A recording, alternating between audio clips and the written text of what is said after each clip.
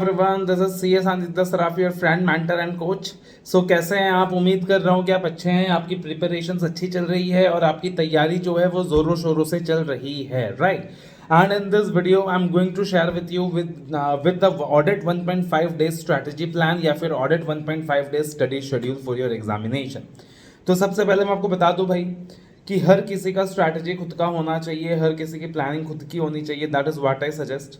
But एक reference के तौर पे मैं आपको एक शेड्यूल बता रहा हूँ कि आप चाहे तो इस शेड्यूल को यूज कर सकते हो। मैं आपको नहीं कह रहा कि आपको यही शेड्यूल यूज करना है, बट अगर कोई बच्चा कंफ्यूज्ड है कि हाउ टू प्लान में 1.5 डेज स्टडी, तो रेफरेंस के तौर पे आप ये वाला शेड्यूल यूज कर सकते हो, या फिर you can take extracts out of this schedule and accordingly you can plan your own schedule. तो मैं बताते जाऊंगा, आप नोट करते जाना, राइट? मैं बताते जाऊंगा, आप नोट करते जाना। Actually there are technical issues, so मैं स्क्रीन शेयर नहीं कर पा रहा आपके साथ, तो मुझे लगा यार why to waste the time, at least I can tell you and you can just note it down. ज़्यादा तो नोट डाउन करना है नहीं। तो देखो, सबसे पहले आएगा एसएफएम एग्जाम डे। सबसे पहले आएगा एसएफएम एग्जाम डे। आप जिस दिन एसएफएम का एग्जाम देकर आओगे, तो जब एसएफएम का एग्जाम देकर आओगे ना, सबसे इंपॉर्टेंट चीज ये है एसएफएम का एग्जाम कैसा हुआ उसके बारे में बात नहीं करना है। पेपर अच्छा गया, बहुत अच्छी बात है, ज्यादा एक्साइटेड मत होना, otherwise you will lose your focus. Paper tough हुआ, पेपर टफ था, पेपर बेकार गया, कोई बात नहीं, पैनिक मत होना। जो हो चुका है उसको आप बदल नहीं सकते, बट जो आने वाला है वो आपके कंट्रोल में है। Don't discuss the paper with your friends, directly come in the house, right? Directly आप अपने घर पहुंचे, कुछ खाएं पिए और 1 घंटा रेस्ट करें। That is the first thing. आओ, घर पे आओ, मोबाइल स्विच ऑफ करो, 1 घंटा रेस्ट करो, और मैक्सिमम 7 PM से you need to start your studies for the next examination, that is audit. अब 7 बजे से मान लीजिए रात का 11:30 बजे तक आप पढ़ाई कर रहे हो, 7 PM to 11:30 PM, after that 1 hour break, जिसमें से आप आधा घंटा बीच में ब्रेक ले लोगे लंच डिनर वगैरह के लिए। तो 7 PM to 11:30 PM is the time that you can allot, right? ज़्यादा लेट तक मैं सजेस्ट नहीं करूंगा क्योंकि अगला दिन पूरा बाकी है, जिसमें आधा घंटा ब्रेक यानी 4 आवर्स इफेक्टिवली आप पढ़ाई कर सकते हो उस दिन। तो उस दिन कंपनी ऑडिट और कंपनी ऑडिट से रिलेटेड जितने टॉपिक्स है वो आप कवर अप कर सकते हो, क्योंकि वो 20 से 25 नंबर आपको दे भी जाएगा और साथ ही साथ उतना ज़्यादा हैक्टिक भी नहीं होगा, बिकॉज ऑलरेडी उस दिन आपका माइंड एग्जॉस्टेड होता है, तो ज़्यादा टेक्निकल टॉपिक लेकर मतलब नहीं होता उस दिन। तो उस दिन you can cover company audit हो गया, CARO 20, audit of CFS, audit of LLP, then audit report. Audit report में जो ऐसे 700 वाले स्टैंडर्ड्स आ गए, ठीक है? तो कंपनी ऑडिट हो गया, कारो 20 हो गया, ऑडिट ऑफ CFS हो गया, ऑडिट ऑफ LLP हो गया, ऑडिट रिपोर्ट हो गया। ये 5 टॉपिक आप खत्म कर सकते हो on the SFM exam day, 4 घंटे के अंदर। उसके बाद सो जाइए, एक 6 घंटे की साउंड स्लीप लीजिए, सुबह 6 बजे उठिए, और 6 बजे उठकर व्हाट आई सजेस्ट, सबसे पहले प्रोफेशनल एथिक्स का टॉपिक्स कंप्लीट कर लो। 3 घंटा लगेगा, अच्छे से कंप्लीट करो प्रोफेशनल एथिक्स। 3 घंटे में मैं आपको बता रहा हूँ विद क्वेश्चंस हो जाएगा, राइट? क्योंकि शॉर्ट 16 मार्क्स एग्जाम में आता ही आता है, तो विद क्वेश्चंस हो जाएगा। प्रोफेशनल एथिक्स बहुत अच्छे से हो जाएगा। You can use my audio clips for your preparation as well. You can complement your preparation with my audio clips और revisionary videos, and this apply for almost all the chapters, right? तो 9 बजे तक आपने professional ethics complete कर लिया। फिर 1 घंटे का टाइम मैंने आपको दिया है, 1 घंटे का गैप आपको दिया है, बिकॉज आई बिलीव कि सुबह उठकर आपने मुंह हाथ धोकर सीधा पढ़ना स्टार्ट कर दिया होगा। तो अब 1 घंटे का गैप दिया है so that you can have some breakfast, actually आप थोड़ा सा और फ्रेश हो सकते हो, रेस्ट कर सकते हो, ताकि वापस 1 घंटे बाद जब पढ़ना स्टार्ट करो ना, तो एकदम पावर पैक्ड परफॉर्मेंस होनी चाहिए। क्योंकि अब आप जो स्टार्ट करने वाले हो, स्टैंडर्ड्स वगैरह स्टार्ट करने वाले हो, तो इसलिए 1 घंटे का प्रॉपर रेस्ट बीच में दिया है, जिसमें अपनी फूडिंग वगैरह भी हो जाए आपकी, और साथ ही साथ आप पावर पैक्ड वे में दोबारा से अपने प्रिपरेशंस को स्टार्ट कर सकें। तो 10 बजे से मान लीजिए लेट्स से 10 AM से अब आपने प्रिपरेशंस अपने स्टार्ट करनी है, और 10 AM से लेकर मैक्सिमम शाम को 5 बजे तक आपने सारे स्टैंडर्ड्स खत्म करने हैं। अब स्टैंडर्ड्स को भी मैंने फेज बाय फेज डिवाइड कर दिया है।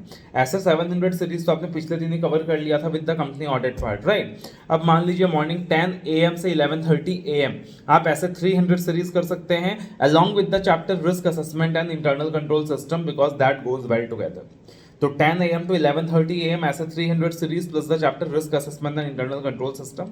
फिर आधे घंटे का ब्रेक लीजिए, मैंने आपको ब्रेक्स बहुत सारे दिए हैं, राइट? तो from 12 PM to 2 PM you can do ऐसे 200 सीरीज एंड ऐसे 400 सीरीज। अब ऐसे 200 सीरीज जब आप करोगे तो आपको पता होना चाहिए कि यार अगर आप सही फाइनल्स में हैं तो जो स्टैंडर्ड्स की वेटेज थोड़ी कम है फाइनल्स के लिए, उनमें आपको ज़्यादा टाइम नहीं लगाना। ऐसे 200 है, ऊपर ऊपर से देख लिया, 210 है, ऊपर ऊपर से देख लिया, बिकॉज एग्जाम में इतना रेलिवेंट नहीं है ये स्टैंडर्ड्स। ऐसे 300 ऑडिट प्लानिंग का ऊपर ऊपर से देख लिया, उतना रेलिवेंट नहीं है। लेकिन 240 है, 250 है, 299 है, 315 है, 330 है, इनमें ज़्यादा टाइम लगाना है। उसके बाद फिर से मैंने आपको दिया आधे घंटे का ब्रेक ताकि आप अपना लंच वगैरह कर लें, 15 मिनट का लंच एंड 15 मिनट का you can again take some break, take some rest, some meditation और power nap. Then 2:30 to 4:30, 2:30 to 4:30 PM, तो इस पार्टिकुलर स्लॉट के अंदर 2 घंटे का स्लॉट है। ऐसे 500 सीरीज और 600 सीरीज कर सकते हो। 500 की सीरीज में आपको 1.5 घंटा लगेगा, 600 की सीरीज में 3 ही स्टैंडर्ड आपको आधा घंटा लगेगा। 500 की सीरीज में भी आपको पता होना चाहिए कि 500 है, ऑडिट एविडेंस का है, इंटर के लिए ज़्यादा इंपॉर्टेंट है, ज़्यादा टाइम नहीं लगाना। लेकिन 530 है, इंटर के लिए ज़्यादा रेलिवेंट है, ज़्यादा टाइम नहीं लगाना। 520 इंटर के लिए ज़्यादा रेलिवेंट होता, टाइम नहीं लगाना। लेकिन 540, 550, 560, 517 में ज़्यादा टाइम लगाना है। तो वो चीज़ आपको पता होना चाहिए। एंड अगेन स्टैंडर्ड्स के लेवल्स श्योरली सजेस्ट कि मेरा जो रिविजनरी वीडियो अवेलेबल है यूट्यूब चैनल के अंदर उसको ज़रूर यूज़ करना। जो ऑडियो क्लिप है 1 घंटे का टेलीग्राम चैनल में उसको ज़रूर यूज़ करना, बहुत ज़्यादा हेल्पफुल रहेगा आपके लिए, राइट। उसके अलावा दैन अगेन हम लोग बात करें तो 500 एंड 600 का सीरीज भी हो गया, तो ऑलमोस्ट सारे स्टैंडर्ड्स आपके यहाँ पे कंप्लीट हो जाते हैं। फिर आधे घंटे का ब्रेक लीजिए, कुछ स्टैंडर्ड बच गया तो बच गया, कोई बात नहीं, अब अगले दिन देखेंगे। 5:30 PM to 7 PM आप 2 चैप्टर्स कंप्लीट कर लीजिए, peer review and quality review, because दोनों साथ के चैप्टर्स हैं, मिलते जुलते चैप्टर्स हैं और क्वेश्चन आएगा ही आएगा। इजी को चैप्टर्स है एंड क्वेश्चन आएगा ही आएगा, तो 1.5 घंटा बिकॉज 45 मिनट्स एक चैप्टर के लिए लगेगा ही लगेगा आपको, peer review and quality review. फिर 7 PM to 8 PM 1 घंटे में आप audit committee and corporate governance का चैप्टर कर लीजिए। ईजी है, स्कोरिंग है, क्वेश्चन आता ही आता है। लॉ के अंदर भी सेबी लोडेड नाम से सेम चैप्टर है, वहाँ भी काम आने वाला है। देन 8:30 PM to 10:30 PM आधे घंटे का ब्रेक ले लिया ताकि हमने डिनर वगैरह कर लिया। वहाँ पे अगेन 15 मिनट का डिनर कर लिया, 15 मिनट थोड़ा टहल लिए, थोड़ा मेडिटेशन कर लिया, पावर नैप ले लिया। देन वहाँ पे you can cover 3 chapters. PSU audit कर लो, PSU ऑडिट में आपको आधा घंटा लगेगा। मैनेजमेंट ऑडिट का जो चैप्टर है, मैनेजमेंट ऑडिट, इंटरनल ऑडिट्स, वो कर लो और इन्वेस्टिगेशन ड्यू डिलिजेंस वाला चैप्टर कर लो। उसके बाद फिर मैंने आधा घंटे का आपको गैप दिया, फिर से आधे घंटे का गैप दिया। अब आता है last lot of the day 11 PM to 1 PM, right, last lot of the day. Again आपकी मर्जी है, कोई बच्चा 11 बजे सोना चाहता है, सुबह 4 बजे उठना चाहता है, वो आपकी मर्जी है। मैंने अकॉर्डिंगली जो मैक्सिमम बच्चे करते हैं कि रात को 1 बजे तक पढ़ना प्रेफर करते हैं, सुबह 6-7 बजे उठ जाएंगे, तो मैंने अकॉर्डिंगली शेड्यूल बनाया है। तो 11 बजे से 1 बजे का जो टाइम स्लॉट है उसमें आप कर लीजिए फॉरेंसिक ऑडिट है, ऑटोमेटेड एनवायरनमेंट का चैप्टर है, NBFC ऑडिट है, और फिर सो जाइए, राइट। अब आया है main day, that is the exam day. अब एग्जाम डे आप मान लीजिए सुबह 7 बजे से पढ़ना स्टार्ट कर देते हैं, बिकॉज सुबह 6:30 बजे उठ रहे हो, फ्रेश हो रहे हो, 7 बजे से पढ़ना स्टार्ट कर रहे हो। तो अब मैंने आपके लिए वो चैप्टर्स रखे हैं कि पहले आप कर लेते तो शायद आपको याद नहीं रहता, या मे बी आप पहले कर लेते तो शायद आप ज़्यादा टाइम लगा देते और उसकी वजह से बाकी चैप्टर्स आपके छूट जाते। तो अकॉर्डिंगली मैंने अब जो टॉपिक्स रखे हैं अकॉर्डिंगली प्लान करके रखे हैं।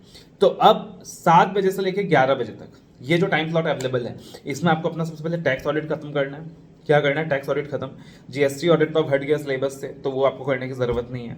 देन बैंक ऑडिट करना है, इंश्योरेंस का चैप्टर करना है, और फिर जो भी रिमेनिंग सभी टॉपिक्स हैं जो छूट गए थे वो करना है, राइट। मैंने सीक्वेंस में रखा है, टैक्स ऑडिट करना ही करना है। अगर पहले छोड़ दिया था तो बात अलग है, वरना करना ही है। बैंक ऑडिट मैं हमेशा सजेस्ट करता हूँ, बैंक ऑडिट, इंश्योरेंस ऑडिट, कि भाई लास्ट में करना, कि गलती से छूट भी गया तो कोई बात नहीं, 4 नंबर 8 नंबर का आएगा ज़्यादा से ज़्यादा, बट 2 ज़्यादा टॉपिक्स के एफर्ट्स बहुत लगाने पड़ते हैं, मार्क्स बहुत कम आता है बदले में।